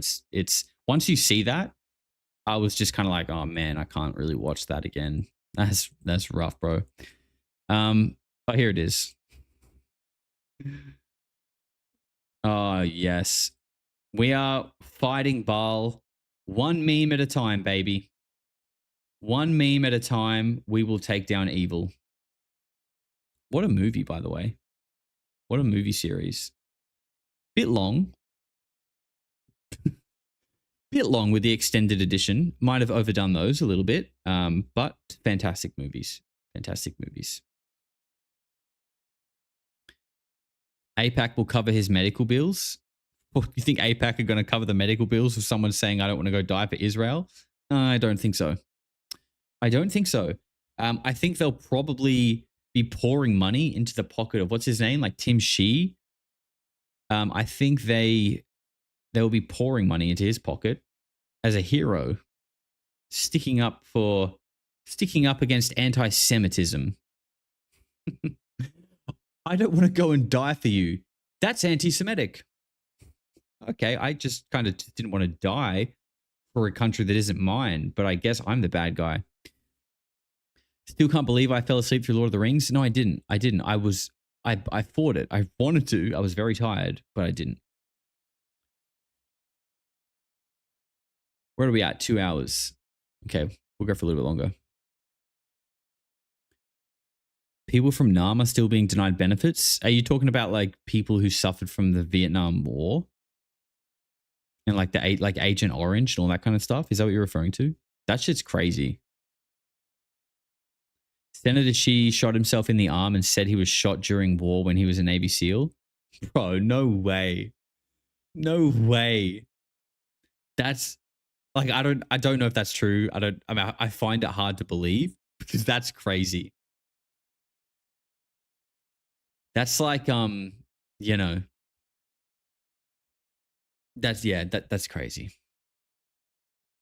I don't watch movies. Me either, but I'm trying my best. Look it up. Okay. All right. I'll have to, okay. Other people are saying it's true. Okay. God. That's fucking nuts. Why did he have to do that? Like, why couldn't he just serve and be like, I serve for my country? Like, why did you have to shoot yourself, bro? That's crazy.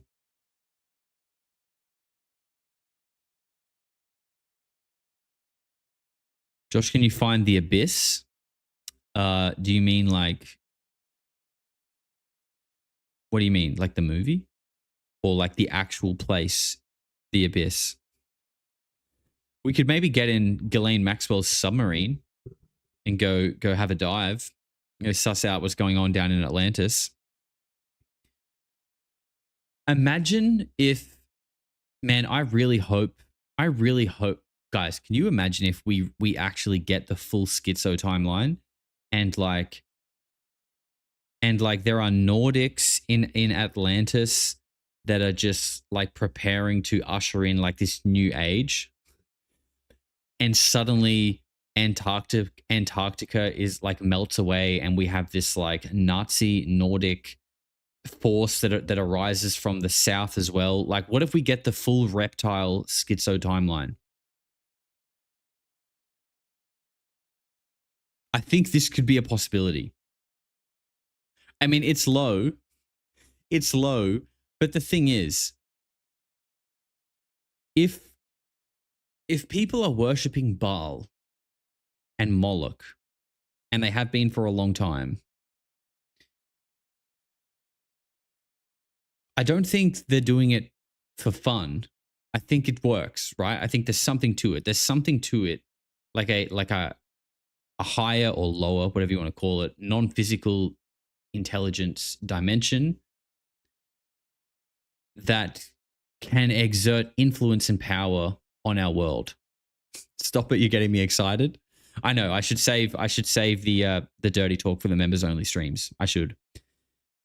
But if that is real, then shouldn't there also there must be I hope there is an equal positive force.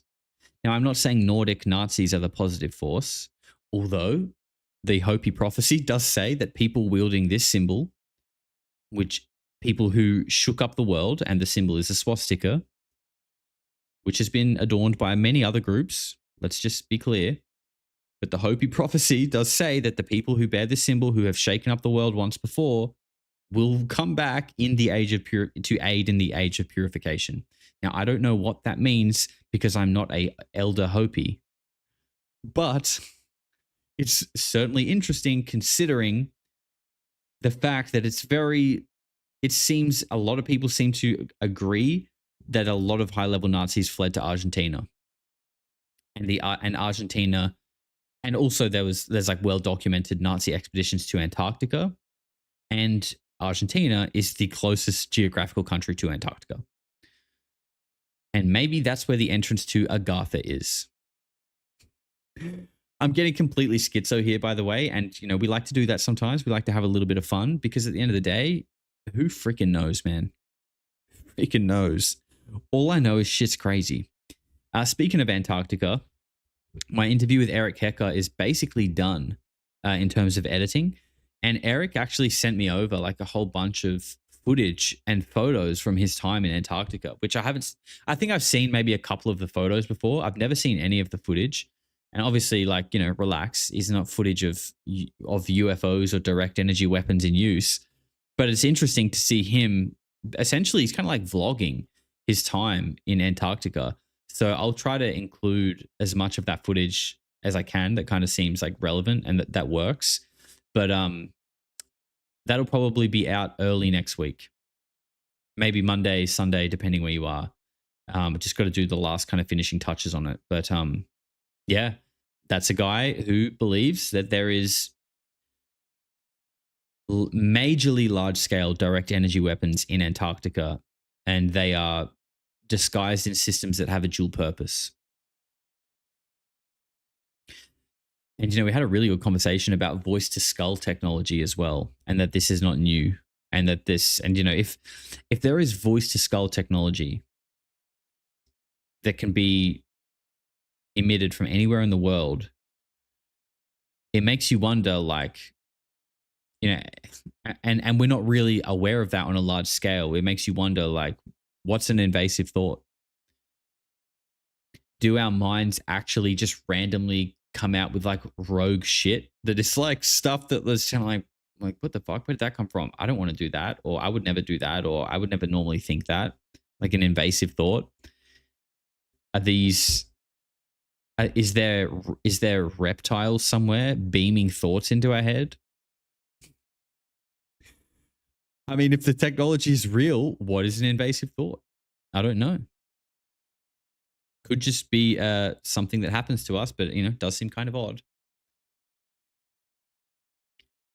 Human nature, people act as if they want to believe. Oh my God. Okay, it's probably time to end the stream, but I will get through this. Human nature, people act as if what they want to believe to be true is, regardless of if it is or not. Thank you, Bill. Great comment. I agree with you. And sorry it took me a while. And yes, I think that's just sort of like, I think, yeah, it's human nature to like look for confirmation bias and try to surround yourself in a bit of an echo chamber at times, because obviously you're always going to be more interested in the things that you believe in, right? Like, obviously, I don't even think that's like a bad thing. But I think just awareness is like being aware of that is healthy. And it doesn't mean like, oh, I'm going to go and start joining groups of people that I don't, of things that I don't believe in. But I think just being aware of the fact that, like, you know, we are human. We do tend to overindulge in the opinions that we're comfortable with. So it's probably healthy to at least listen to other people's opinions with an open mind so we can understand them better. Because ultimately, understanding people, understanding each other is going to be that key to like a more harmonious place to live. Doesn't mean you have to agree with them, but if you can at least understand why they think that, suddenly they're not like extremist Nazi right-wing leftist freaks. They're just like, oh, you were just brought up differently to me, surrounded with parents that had like different belief systems. You went to a different school in a different part of the world. So, okay, it actually makes sense that you don't see the world that I do. Anyway, we don't have to kill each other now. Thanks for hanging out, guys. I hope you had a good stream. I had fun. Seems like the chat's calmed down a little bit now, which is good. Professor Zhang, I remember the first time we listened to him as well. We did have similar people in the comments that were a little bit triggered. Cool of SA says, will we soon find out Corey Good was right? Oh, okay. All right. Okay. We'll stay on this for a little bit. Corey Good, maybe, bro. I don't think so, but I very much do believe in a secret space program. I think that's almost like logical. And I don't even know to what degree, I don't know, but I don't think the exploration of space was something that people suddenly were no longer interested in. How real all of that is, I don't know. Now, I'm not going to be like a space denier. Okay. I'm not going to say space is fake, although who knows? You know, at the end of the day, we are trusting NASA, not the most trustworthy organization, but maybe we can trust them on space. But how far a secret space program has gone, I don't know. 20 and back, I don't know. It's a tough one. But if what we are hearing through some of this like Epstein reports and files that like soul extraction is a real thing, which apparently it is, right? Apparently that's what happens in some of these rituals. They're extracting the souls of children and either fragmenting them, or even you hear stories of like elites sort of going through an eternal life through like a soul transfer process by extracting their soul and giving it to another body. Again, I'm not saying this is all real, guys, but these are the kind of stories you hear. So if that is true, could there be some kind of like manipulation of the soul and consciousness to sort of experience time and space in a different way? I don't fucking know, man. Get this man to a hospital right now. Guys, if you like the stream, like it, you know, you get 20% off at your local mental health facility when you do that. And after listening to what I just said, you are going to need it. I encourage you to go. Shigley, thank you very much for gifting a membership. Guys, thank you for hanging out today. I had a lot of fun. It was an impromptu stream. And we'll be live again on Saturday night if you're in the land of the free. And good news, I finally updated my outro screen. So if you've been a member for at least a month and you're an active member now, your name will be featured. Apologies for the delay. Be good, be kind, get outside, touch some grass, and I'll see you guys very soon. Peace. Eventually people are going to say, what the hell is going on? No matter how far you go into the dark, when you flip, you go exactly the same place to the light in our galaxy. Everything. Because everything is in balance. Everything is a polarity. I think it's just going to get weirder and weirder and weirder, and finally it's going to be so weird that people are going to have to talk